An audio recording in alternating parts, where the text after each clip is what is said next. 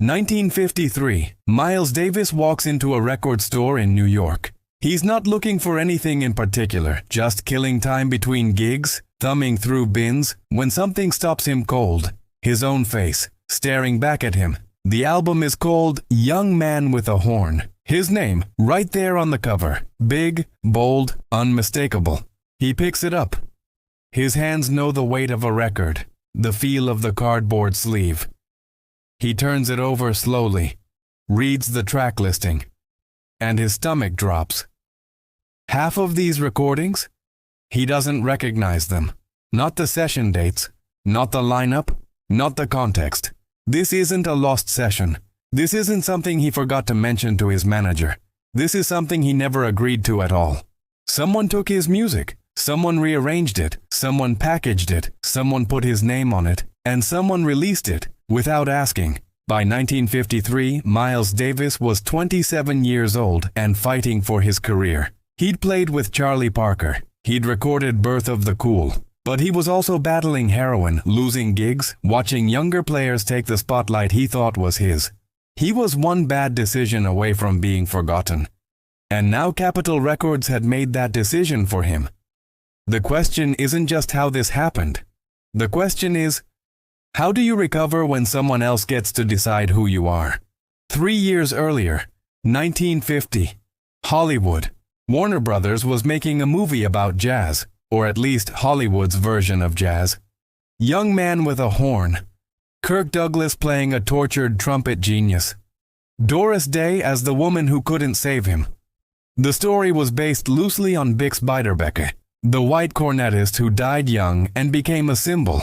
Romantic, tragic, doomed. Hollywood loved that story. They needed the music to match. Genius-level trumpet playing that Kirk Douglas could pretend to perform on screen.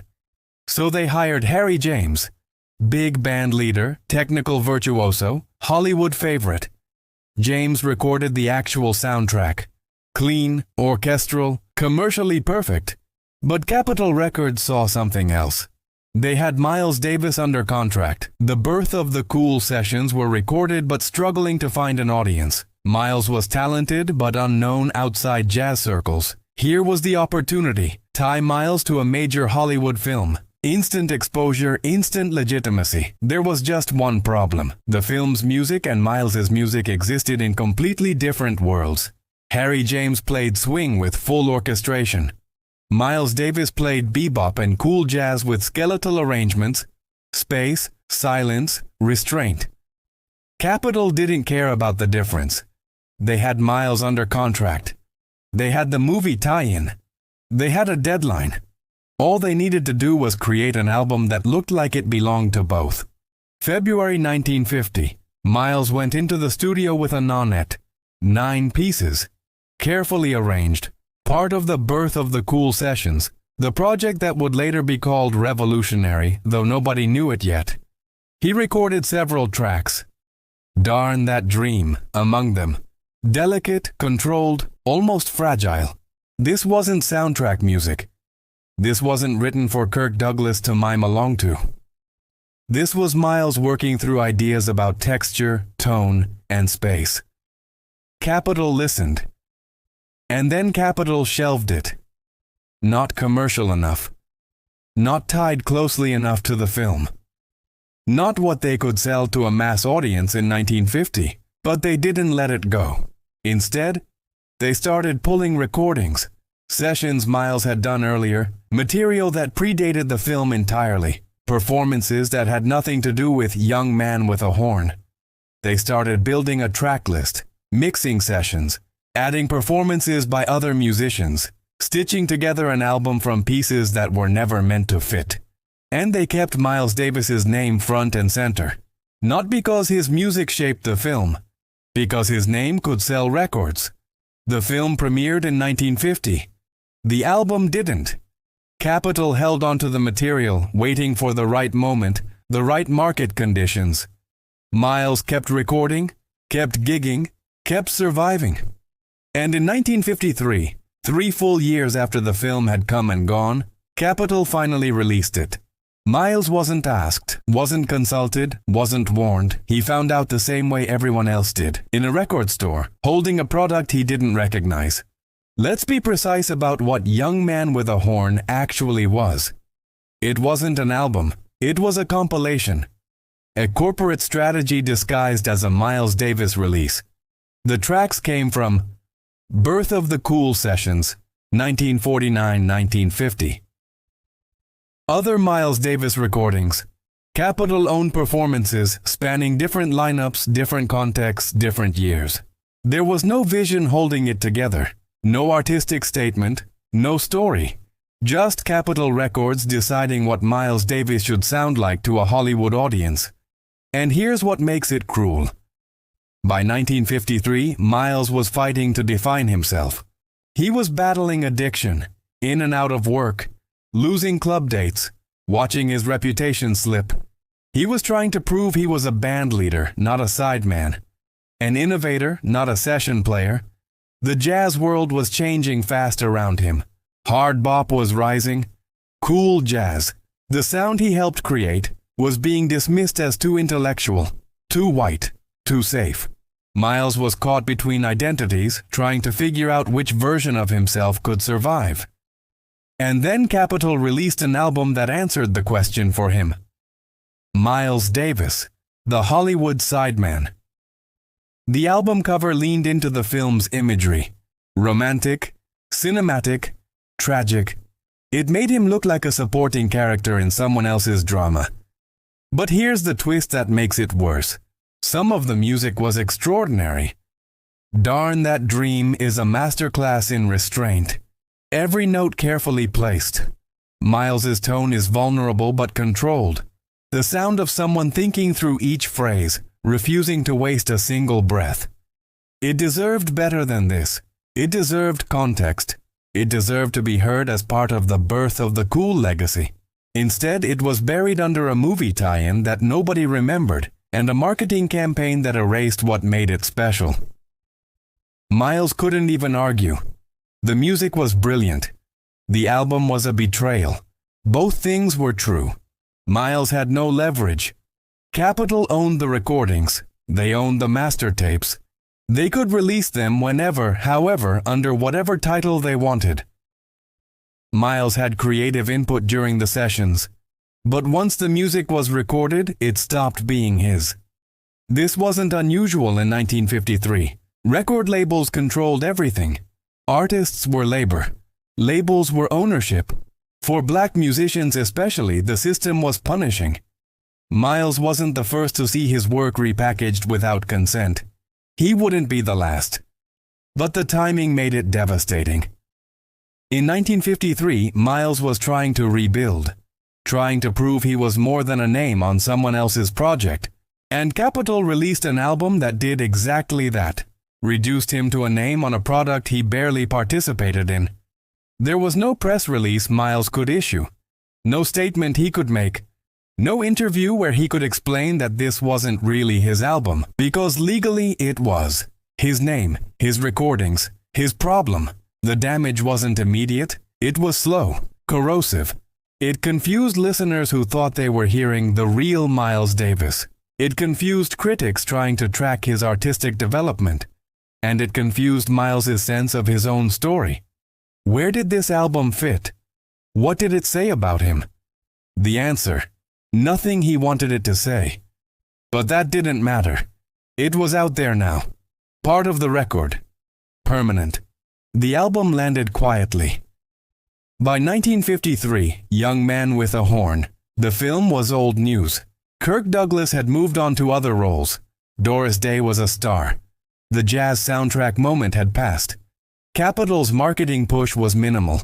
A few ads in trade magazines, some copies in record stores, no radio play, no critical attention. Young Man with a Horn appeared, sat in bins for a few months, and then faded. For most listeners, it wasn't a Miles Davis statement. It was bargain bin soundtrack music. For Miles, it was proof of how powerless he really was. The album didn't chart. It didn't sell. It didn't introduce Miles to new audiences or expand his reputation. If anything, it worked against him. It positioned him as someone who showed up and played what he was told. A technician, a hired gun. That wasn't who Miles Davis was. That wasn't who he was trying to become. But if you only knew him through Young Man with a Horn, that's exactly who he looked like. And the worst part? He couldn't explain the difference without sounding defensive, without drawing more attention to an album everyone was already ignoring. So he stayed quiet, kept working, kept recording, and tried to bury it with better music. Here's the thing about being misrepresented. You can't control how long it follows you. Young Man with a Horn didn't destroy Miles Davis's career, but it lingered. In 1954, Miles recorded Walkin', raw, aggressive, undeniable. The beginning of his comeback. In 1955, he signed with Prestige and recorded Bag's Groove, and Miles Davis and the Modern Jazz Giants. In 1956, he landed at Columbia Records and recorded Round About Midnight, the album that made him a star. He clawed his way back, step by step, session by session. But Young Man with a Horn was still out there, still in the bargain bins, still listed in his discography, still confusing anyone trying to understand his artistic evolution. It became the album completists bought just to say they had everything Miles ever recorded. But it was never embraced, never reclaimed, never repositioned as a lost gem. Because it wasn't a gem. It was a scar. And Miles knew the difference. Decades later, Young Man with a Horn got a second look, but not for the reasons Capitol hoped. When the birth of the Cool sessions were finally recognized as canonical in the 1960s and 70s, jazz historians went back through Miles's early work. They found Darn That Dream and a few other tracks from Young Man with a Horn buried in the Capitol vaults. Those recordings were quietly pulled from the original album and reissued as part of official Birth of the Cool compilations. Recontextualized, finally placed where they belonged. Suddenly the music made sense again. Not as a soundtrack tie-in, but as evidence of Miles's early experiments with space, texture, and arrangement. Critics didn't reassess Young Man with a Horn as an overlooked masterpiece. They reassessed it as evidence of exploitation. Miles himself barely mentioned it. In his 1989 autobiography, he spent hundreds of pages on his life, his music, his battles, and gave Young Man with a Horn maybe a passing reference. That silence wasn't bitterness, it was dismissal. The album wasn't important enough to revisit. Young Man with a Horn didn't influence jazz. It didn't change anything. It didn't inspire anyone. But it revealed everything about the industry. In the 1950s, record labels controlled artists' legacies in ways that seem almost unthinkable now. They could take recordings from different sessions, different contexts, different years, and assemble them into whatever they thought would sell.